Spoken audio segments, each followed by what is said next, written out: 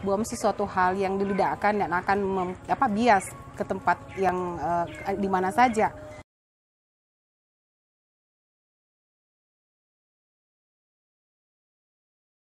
Saya dengar-dengar dari Bunda Linda tuh, ayo kita merajut, ayo kita merajut. Nah, terus itu bicarakan masalah bom benang.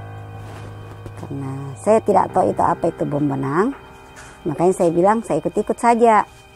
Bilang apakah saya bisa atau tidak. Toh ternyata hasil ya sudah bisa-bisa. Kalau saya kan dulu pernah sudah bisa, tapi karena lama lagi tidak dikerja-kerja, akhirnya lupa lagi. Baru lagi sekarang digeluti kami begini. Tadinya sih agak sedikit ragu sih untuk mengikuti karena memang tidak ada sama sekali keahlian dalam bidang itu. Tetapi ketika tiba di tempat di kampung buku itu, kami melihat bahwa hasil-hasil dari karya-karya tangan-tangan ibu sungguh luar biasa. Kenapa tidak kami mencoba?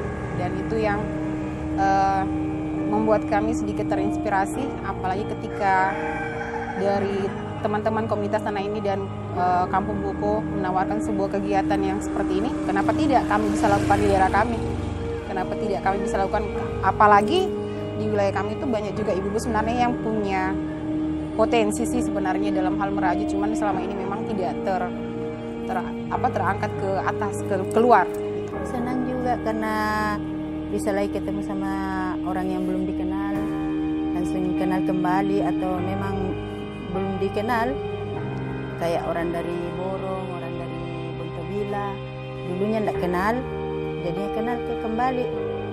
Bahagia saja karena bisa juga ajar anak-anak. Anakku yang SMA sudah bisa bikin kayak itu rantai-rantai. Yang kecil itu yang kelas 4 sudah bisa bikin rantai-rantai. Sudah senang juga. Dia tanya teman-temannya, pintar masa bikin begini, bikin kue-kue. Siapa ajar Ki? Mamaku. Aku bilang begitu. Kalau anakku yang kecil dia sudah bilang sama saya itu hari, Mama kalau pintar Ki Made bikinkan kak saya tempat-tempat buku. Dia bilang gitu, tempat-tempat buku. Tuh. Ya, saya bilang, iya nanti saya bikinkan, nak, yang penting Mama pintar dulu. Karena kan Mama sekarang baru lagi belajar. Sebelumnya kan kita tinggal ceritanya waktu itu kan saya karena bekerja jadi saya selalu ramai toh. Karena ada kumpul dengan teman-teman. Setelah kumpul dengan ini merajut, saya kayaknya merasa senang sekali karena saya tenang. Tadinya itu saya tidak terlalu tenang karena apa, saya kata selalu saya berpikir sudah apa yang saya bisa lakukan, karena saya selalu berkumpul dengan teman-teman. Akhirnya saya senang karena tidak terlalu keluar rumah, tidak terlalu jalan. Kan dia lihat terus biasa, dia bilang masih ada kerja runta, Mama mau kak juga bikin. Dia bilang ada begini ya caranya. Dia langsung bisa. Ya, yang pertama masih SMA, yang kedua SMP, yang ketiga baru SD. SMA itu sudah pintar-pintar juga, yang nomor 3 juga, yang perempuan. Kalau yang nomor 2 tidak ada di sini, di kampung dia sekolah di pesantren. Kan dia lihat ada tempat korek, dia bilang bisa bikin itu HP ini Bunda, bilang bisa saya bikin itu hari 1. Terus ada lagi 1, nah tinggal di kampung, disimpan, ambil sepupunya di sana. Kan dia lihat dibikin, jadi pas dia pakai, dia bilang, saya ini ambil ke, ambil saja, pakai nih. Ada lagi dari kantong plastik saya bikin belum jadi, yang tas untuk pakai kopi mengaji. Tas dari kantong plastik belum jadi juga. Kayak juga untuk bentuk sebesar bisa masuk Al-Qur'annya. Kendalanya bagi saya tidak ada. Karena saya selalu enjoy rasanya.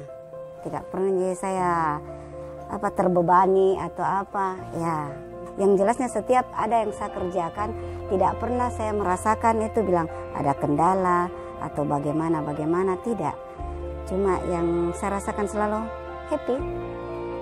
happy.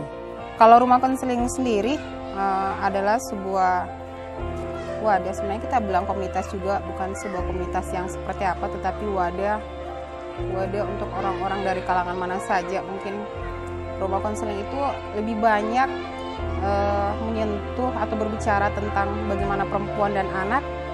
Kami bukan menangani, tetapi kami menjadi ruang tempat berbagi cerita tentang kekerasan yang terjadi.